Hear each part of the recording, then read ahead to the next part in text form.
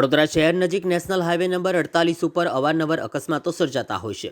તેવામાં વધુ એક ગમખ્વાર અકસ્માતની ઘટના બની હતી। સુરતથી અમદાવાદ તરફ જઈ રહેલ ટેલરમાં ટેમ્પો ચાલક ઘૂસી જતા કેબિનનું કચ્ચરઘાણ વળી ગયું હતું અને ડ્રાઈવર ફસાઈ ગયો હતો। આ અંગેનો કોલ મળતા જ ERC ફાયર સ્ટેશનની ટીમે 2 કલાકની ભારે જહેમત બાદ ટેમ્પોના કેબિનમાંથી દરવાજો કાપીને ડ્રાઈવરને સહી સલામત રીતે બહાર કાઢવામાં આવ્યો હતો। આ રેસ્ક્યુનો લાઈવ વિડીયો પણ સામે આવ્યો હતો। આ સમગ્ર મામલે હરણી પોલીસે વધુ તપાસ હાથ ધરી છે। ડ્રાઈવરના કેબિનમાં પગના ભાગે ગંભીર ઈજાઓને લઈને ફસાયેલ હોવાથી તેને ટીમને રેસ્ક્યુ કરવામાં ઘણી મુશ્કેલી કરવી પડી હતી। ટીમે અત્યાધુનિક ફાયરના હાઇડ્રોલિક કટારી, સ્પીડર, રેમજેક જેવા સાધનો વડે ડેમેજ ભાગને કટ કરવાનું શરૂ કર્યું હતું। દરવાજાના ભાગે અને કેબિનના આગળના ભાગેથી ડ્રાઈવરને ઈજાઓ ન પહોંચે તે રીતે 2 કલાકની મહેનતથી એક તરફનો દરવાજો કાપી બહાર કાઢ્યો હતો। ડ્રાઈવર ગંભીર હાલતમાં હતો અને પગમાં ઈજાઓ પણ થઈ હતી, જેથી તેને તાત્કાલિક હોસ્પિટલમાં ખસેડવામાં આવ્યો હતો।